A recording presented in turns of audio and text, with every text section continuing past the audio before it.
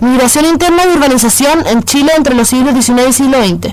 Para entender este proceso debemos conocer primero lo que fue la migración campo-ciudad, la urbanización, la transformación espacial, la infraestructura, los servicios y por último los medios de transporte y comunicación. El masivo crecimiento urbano que tuvo Chile entre finales del siglo XIX y el siglo XX fue significativo para el país, sobre todo hacia la década de 1930, en donde por primera vez la población urbana superó a la rural. La migración campo-ciudad es la gran responsable de este fenómeno. Esta se explica por diversas razones que afectaron a nuestro país. El traslado de trabajadores, estos emigraron para trabajar en las salitreras, dado que en estos yacimientos se formaban oficinas o campamentos dotados con servicios sanitarios, de educación, de comunicación y entretención. Otra razón para explicar este acontecimiento es la búsqueda de trabajo en las ciudades, debido a que gracias a las nuevas tecnologías aplicadas al ámbito agrícola, disminuyó la fuerza laboral requerida para estas. También afectó el traslado de las familias y operarios a ciudades porteñas durante el ciclo exportador, el cual incentivó el gran circuito comercial en los puertos y así también la creación de empleo, sobre todo en Valparaíso. La ocupación de inmigrantes rurales en industrias también fue un motivo fundamental para la urbanización, puesto que desde fines del siglo XIX en Santiago y en Concepción las industrias comenzaron a ocuparse en producciones manufactureras, por lo que necesitaban bastante personal. Y por último tenemos la llegada extranjera a la zona urbana de nuestro país. Esto ocurrió porque el Estado entregó tierras de indígenas y campesinos pobres a inmigrantes, los cuales en mayoría eran alemanes, croatas e italianos. Debido a esta repentina migración campo-ciudad, ocurrieron diversas modificaciones en ciertos ámbitos de nuestro país.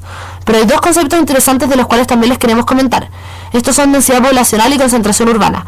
Por densidad poblacional se entiende que este es el indicador que expresa el número de habitantes por kilómetro cuadrado en un territorio determinado. Y concentración urbana se refiere a un lugar donde hay una gran concentración de población. A causa del aumento demográfico en Chile, la densidad poblacional creció considerablemente durante la primera mitad del siglo XX. Si en 1895 había 3,6 habitantes por kilómetro cuadrado, en 1907 la cifra ascendió a 4,3. Este fenómeno fue más notorio en los grandes centros urbanos como Santiago, por ejemplo. Concepción y Valparaíso concentraron en el año 1907 el 45,04% de toda la población urbana del país. Por supuesto que todo el proceso de migración interna y urbanización trajo consigo también una serie de transformaciones urbanas y rurales.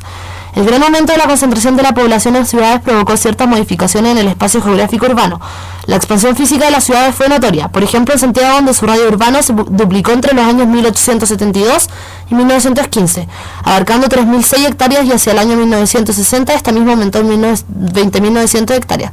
Para que no se acabara el espacio para vivir en la ciudad, se implementó por primera vez en Chile el crecimiento en altura. Para el año 1920 se construyeron los primeros rascacielos en Santiago, el edificio Aristía, el cual tenía 10 pisos. No solo hubo cambio en la infraestructura, sino que también en los medios de transporte.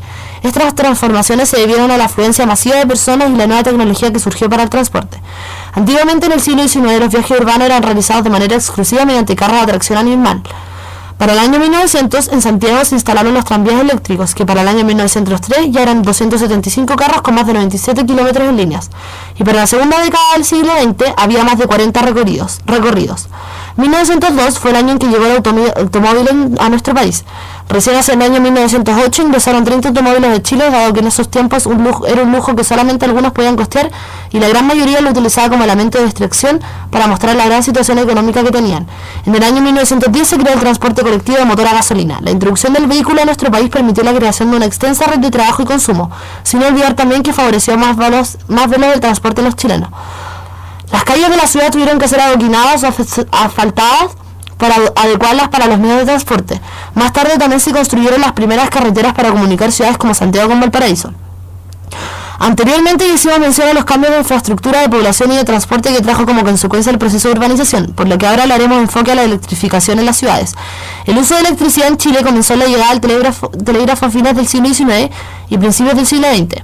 Se utilizaba la electricidad para la iluminación y para la propulsión de tranvías. Se fundaron múltiples empresas, algunas grandes sociedades anónimas y otras pequeñas empresas como Chilean Electric Tramway and Light Company, la cual se encargaba del alumbrado público en las faenas productivas y tranvías eléctricos. La electrificación fue un gran indicador del progreso del país en esa época. Sin embargo, hubo ciertas fallas en algunas ocasiones en las cuales se produjeron incendios por mal control de la electricidad y que fueron mal interpretados por algunos como alzamientos populares. Para la década de 1920 habían tendido eléctricos de norte a sur. Entre los años 1922 y 1929 aumentó el consumo de energía anual en un 33%. Esto se debió en gran parte a la masificación de los aparatos de radiodifusión y electrodomésticos como la plancha. Debido al desarrollo de la electrificación en Chile, se promulgó la Ley General de Servicio Eléctrico en el año 1925, la cual trató de regular este mercado. Recién hacia el año 1943 el Estado implementó un plan para electrificación dado por la